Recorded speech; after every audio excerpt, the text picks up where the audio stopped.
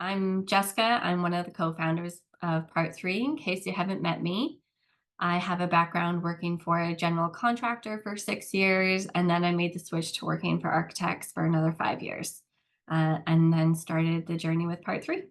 So thanks for taking the time to join the webinar today. We're going to go over, your project insights, what data you can collect from Part3, and how you can use that data. We're going to first talk about where the industry's at in terms of data and how they apply it to their business. So we're going to go through different areas in Part3 where we surface data and insights for your projects, for your groups, and then overall from that admin perspective of how you can do a deep dive into the data across your firm and across projects.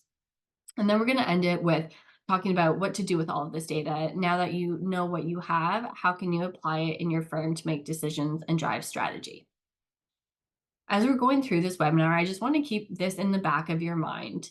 When I worked at an architectural firm on many projects, I was told, oh, we're running out of hours, and this isn't very uncommon in the industry. So I asked, how did we come up with our fee for this project? How do we possibly have no hours left when we still have another year of construction? And we knew that construction end date. That wasn't a surprise for anyone. I didn't get an answer, and that was a shock because not only did I know we had a long time left on this project, but no one really knew how did we establish that fee? Was there a calculation? Were we pulling it from historical data? What was it based on? Needless to say, my hours got billed under another project, and I don't really know what happened with that other project as well.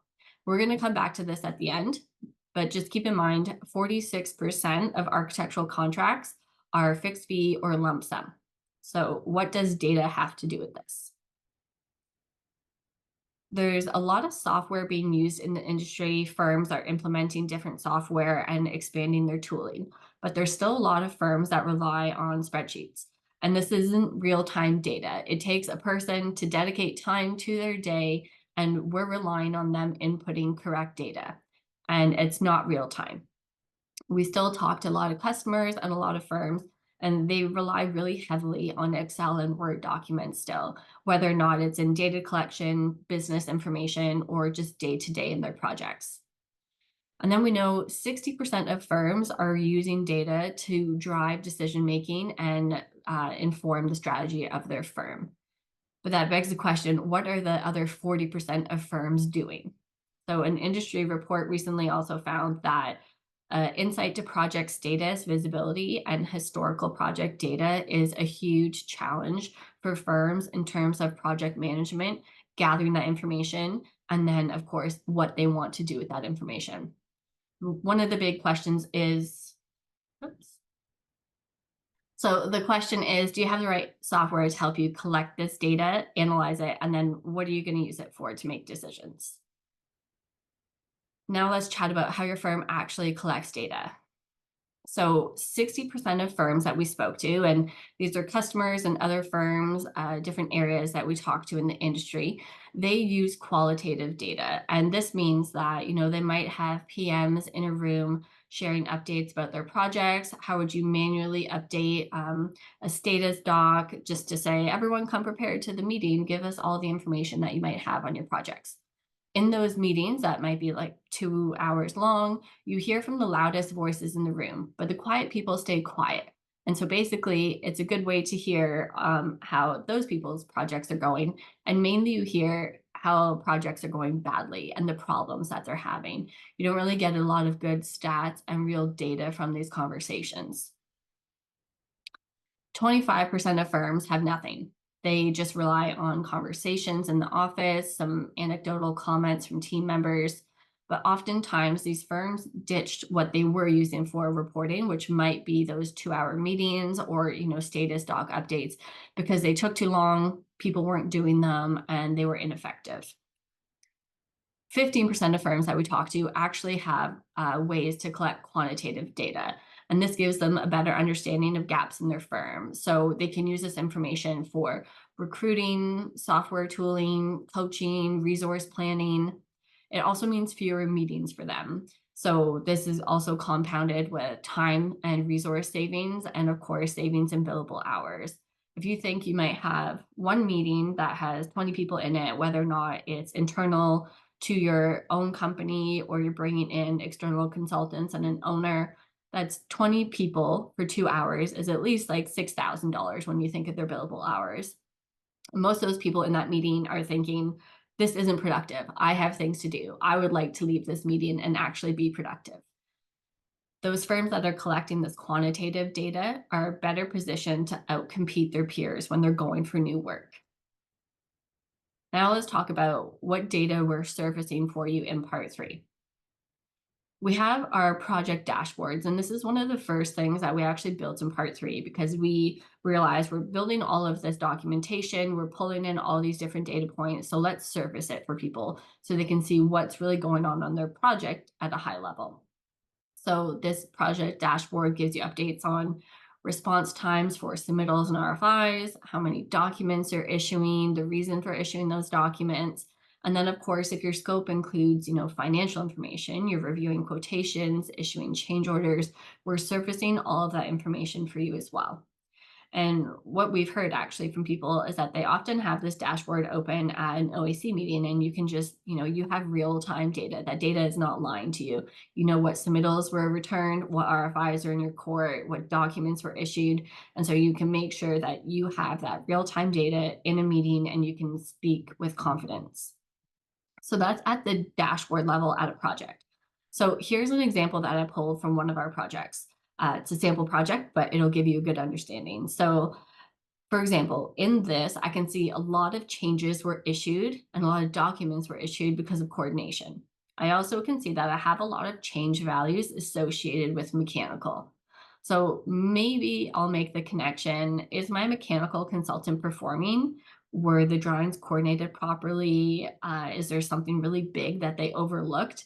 So this can give me a quick insight to be like, why are there so many mechanical items and coordination documents being issued? I can also see that there's a lot of owner requested changes. There's a really high volume of contract overage with the reason of owner request. So should we be submitting an additional service order? And this can also really help you with those challenging conversations that you might need to have with your owner. For example, we heard one person, a company that we worked with, one of our customers said, one day the owner called me and they're like, where's all this money coming from? Why are we issuing all these changes? How did we add $2 million to the contract? And you can pull this up and be like, oh, actually, it's because you requested a lot of changes. You can click on it. You can see exactly what changes were issued. And then the owner's kind of like, oh, but when you don't have this data to look at it, you might be thinking, oh, no, like, why aren't we issuing all this additional contract overages and things like that? And then I can also see in this example, our submittal response times are quite high. So did we receive more submittals than we anticipated? Is the GC kind of throwing a huge amount of submittals at us all at once instead of spreading this out as it probably should be on a project to give the consultants enough time? Or is my consultant team not getting back to me quick enough? And so I can see like my consultants are taking, 9 or 10 days, and that leaves me to do my final review. And so it's pushing out my response times. So this might be a good area where you can think, oh, I'm going to enable part three's reminder schedules because I need to make sure that everyone is staying on the ball, make sure that those tasks get completed. I know, for example, chasing people and chasing consultants for responses is kind of like herding cats. You just need them to pay attention to you. They have a lot of other projects going on, and that's very fair to them. But when you also have deadlines and expectations that you need to meet on your project, it's hard to kind of manage that. So I remember calling up, my structural consultant and saying, "Hey, I really need this shop drawing. I sent it to you 2 weeks ago." And they might say, "Oh, can you resend that to me?" And I'm thinking, "No, I don't want to resend that to you. I sent it and you need to do your part of the job now." And so it is really that low level management of getting responses, things getting lost in emails when you get hundreds of emails a day. So you can look at this information, say, where do I need to lean in? What can I do to help the team? And then all of this information that we're surfacing at the project dashboard led us to our group analytics. And this is something that we heard from a lot of our customers is that the more projects they got in part three, the harder it was to rely on that dashboard information. Because if you have 10 projects in part three, going into each project dashboard, taking that time to do a deep dive and see where things are at when you need that quick glance overview is a bit too time consuming for them. So we let users create their own groups, whether or not you want to categorize that, maybe just commercial projects in one group. I want to pull some data on that because we're submitting a new bid for a commercial project. Maybe you want to group by contract size because that will help you learn, for future projects that you want to bid based on that contract size.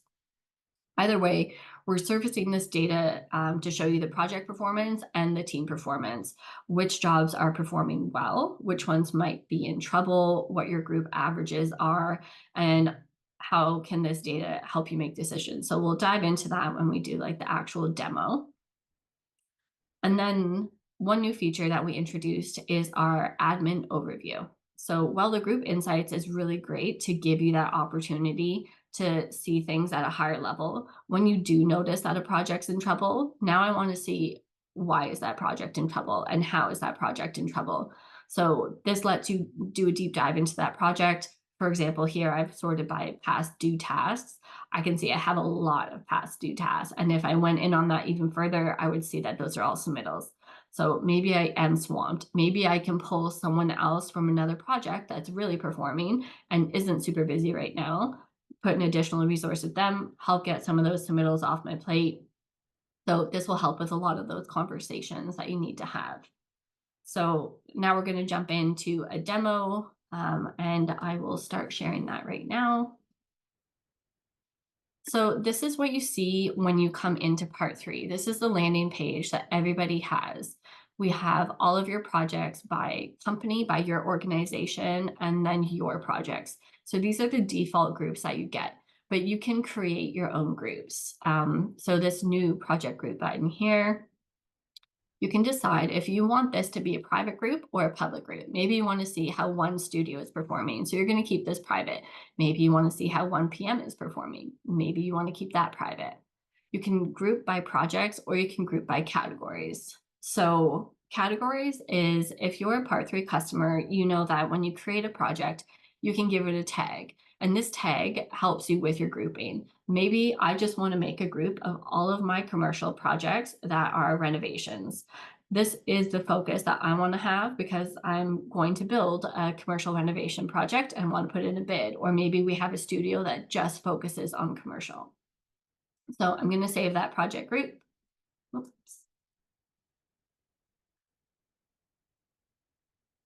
And now I've pulled in all of those projects and I can view these analytics. So on this right-hand side here, I can see all of those projects that have that tag. And I get this kind of overview across the top.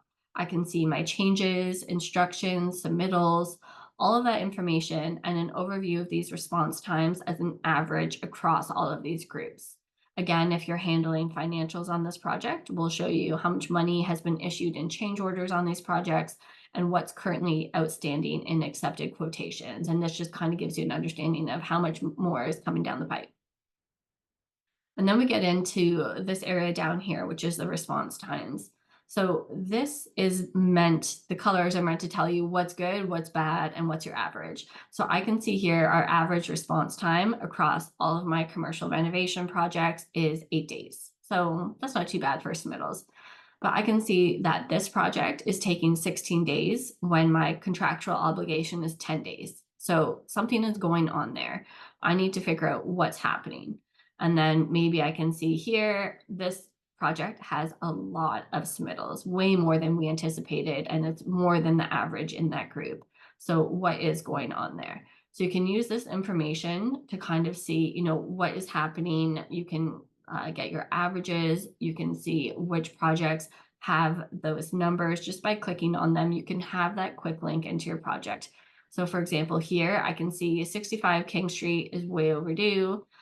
Maybe this project also needs some help, but if I click in here, I'm brought right to that project dashboard that we talked about first.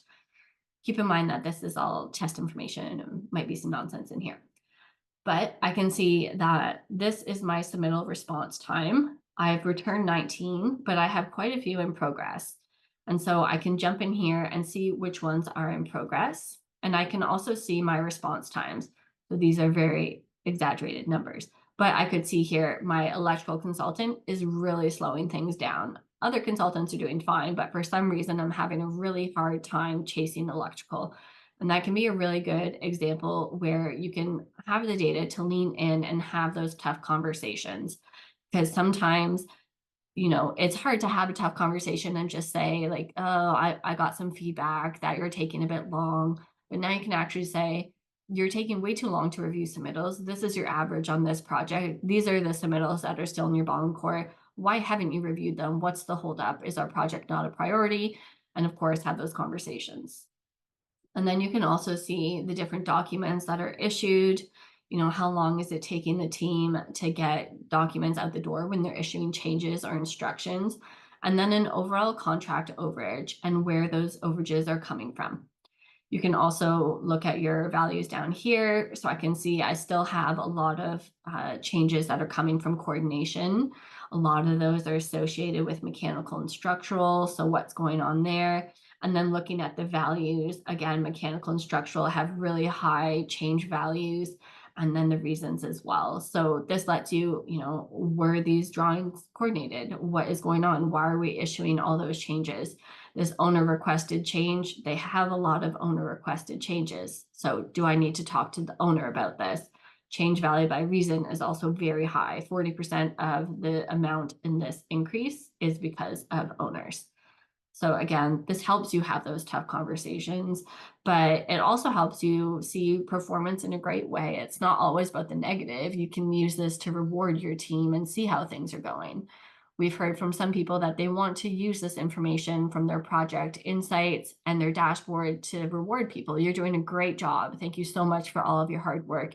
You're hitting your deadlines. You're great at managing this project. It's not always about the negative. So if I come back here to my homepage, we also have this admin overview area that I was talking about.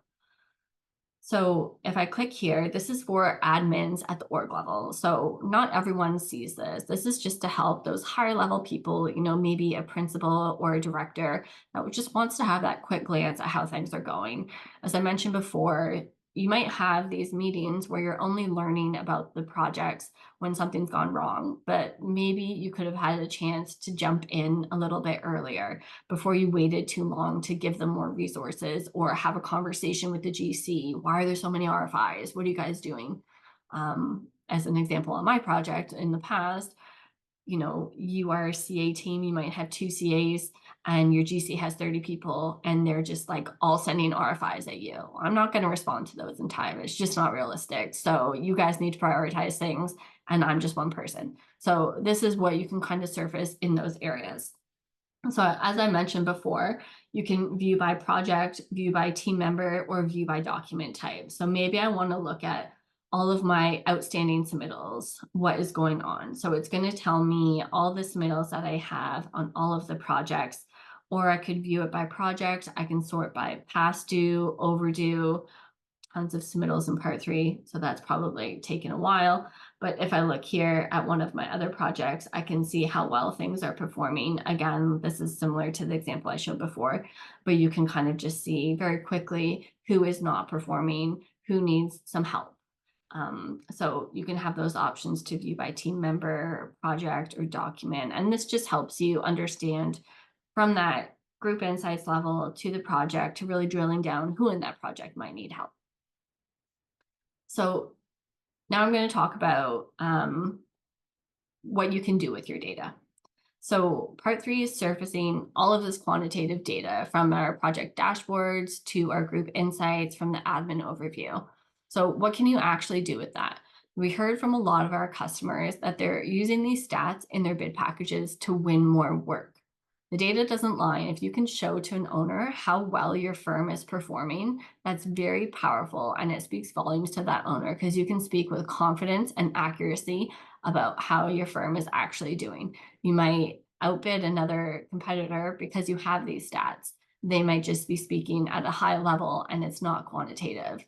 A lot of people have contracts based on relationships, but if you can get some data in there as well, then that's super powerful for you. It's also really helpful for these internal conversations. You have all of the data across your projects. So you can have those conversations with your internal team members or your external team members. Maybe you have a consultant that you work with. We know that firms work with repeat consultants all the time. You've established a relationship. You're going to carry that electrical consultant on a lot of your projects. You like working with them, but maybe you need to have those conversations. Maybe they're performing really well, or maybe they're not performing, and you need to figure out, like, why aren't we your priority?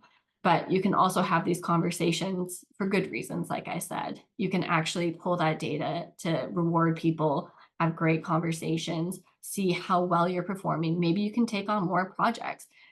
You can figure out what you want to do with that and how it applies to your resource planning. So you can use the data to help shape the way you form your project teams, allocate resources, and then help teams before it's too late. I think that's one of the really big things that we try and help surface for our customers, is that we want to give you that confidence to know what is actually happening across your projects, across your firm. Because if we can't surface that information for you, then we have that gap for us in terms of what we're providing for our users, but then for you as well, because you are relying on us as one of your software tools. We want to help drive your decision making and benefit your firm, not just your projects. And then more importantly, you want to keep your profits. This is super important, because if you can give an accurate bid, you're more likely to retain your profits. You won't need to have those conversations about running out of hours. Going in for a low bid, you need to do that sometimes to maintain a relationship or get a project, but it's obviously bad from a financial perspective and the growth of your firm. And as we said, 46% of these project contracts are fixed fee or lump sum. You need to go in with that accuracy to know that you're going to make money on this project. From my own experience, it is so painful to see change quotes come in and the GC is getting that 10% extra on every single one. And you're thinking, where's my money? Why am I can't even bill the hours on my project, but they get more money every single time. So make sure you're keeping those profits and use all of this information to, make decisions for your firm and establish that strategy that you have for winning more work and how you're going to set up your projects. So I'm going to stop now. We're going to take some questions. Jess is going to read for me. I know it's confusing. We have two Jesses. Jess is going to read for me, and we're going to go through and see which answers we can give you. Okay, and we're gonna ask that you put your questions in the chat. So far, we don't have anything, but if you pop one in there, we're here. If not, you can always reach out to us later.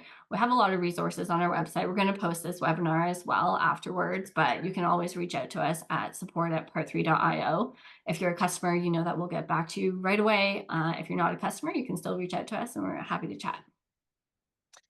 We do have a question from a raised hand, so I'm just going to open your mic. Go for it, Maggie.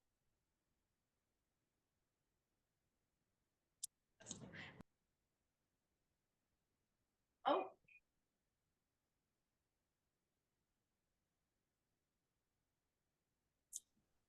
Can you hear me?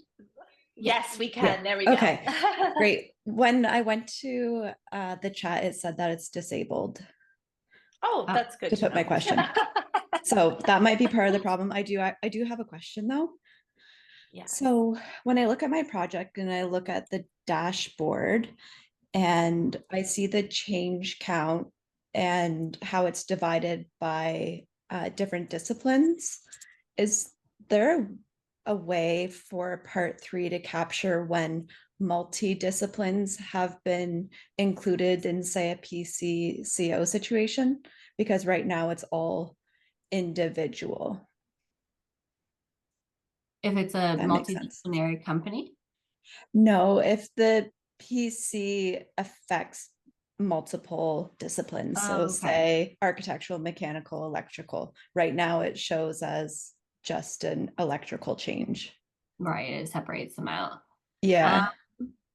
Yeah, I think, like I was saying, this is one of the first areas that we built. So we do have Okay. other things that we want to add to it, but I think that's a really good idea because we do kind of group them. So I can see for that example, there might be a ripple effect, a light changed. And so everything else changed with it because of that. So I think Yeah. separating that out is a really good idea. I know We we just also, see that a lot with PCs, that it's not just one discipline that's affected. So it sort of skews the stats when it's divided by discipline this way, I feel. Gotcha. But Yeah, for just sure. food for thought. Thank you. Yeah, no, we always want the feedback. So appreciate that. Awesome. Thanks. Thanks, Maggie. No problem. And I think I opened the chat now to everybody. Um, so let me know if you have any more questions.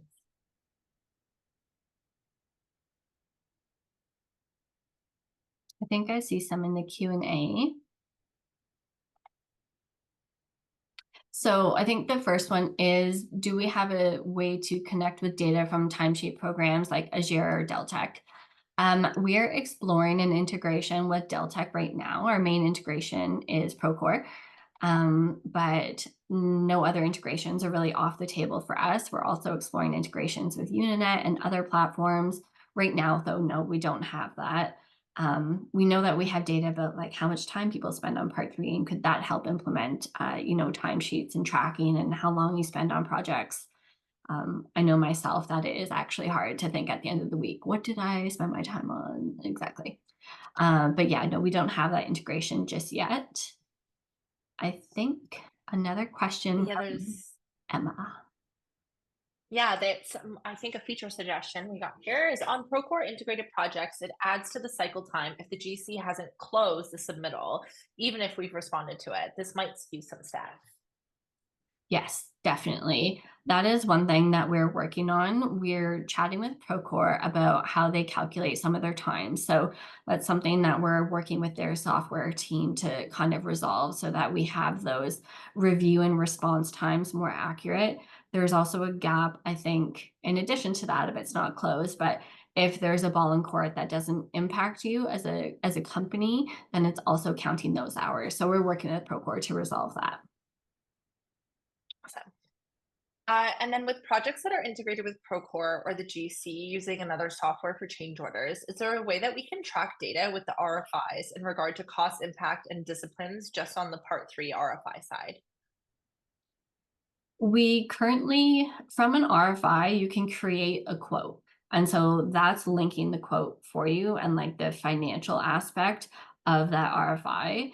We don't have the ability to automatically pull that info. So if the GC is using Procore for change orders, we can't automatically sync that data for you, but you could create quotations from the RFI so that dollar value is always connected with that RFI if you're not going through like a full change order flow. I don't know if that answers the question. Sorry. Let us know if it doesn't.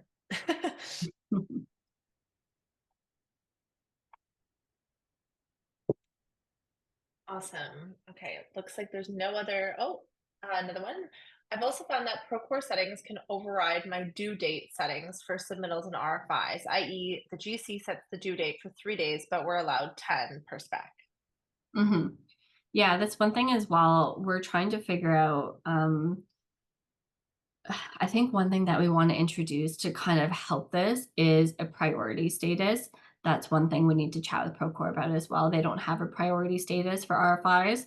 And so if we want to keep the due date that you have as your contract, but the GC submits something that they think is quite urgent, it's hard to tell if it's actually urgent because everything from their perspective is urgent.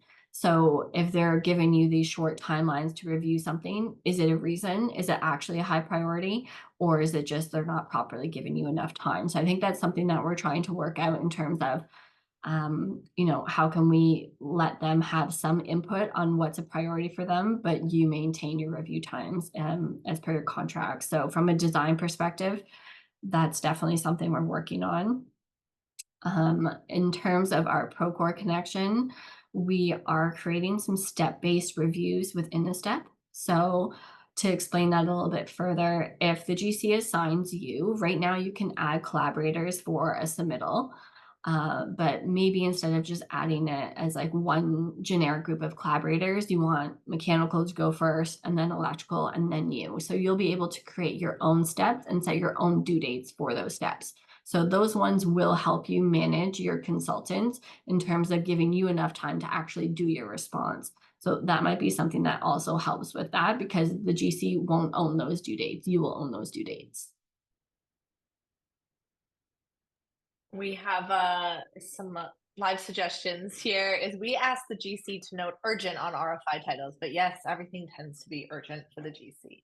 I know. It's kind of tough because I come from both worlds. I was a GC and I was an architect, but I tried not to be that person when I was a GC. I tried very hard. So,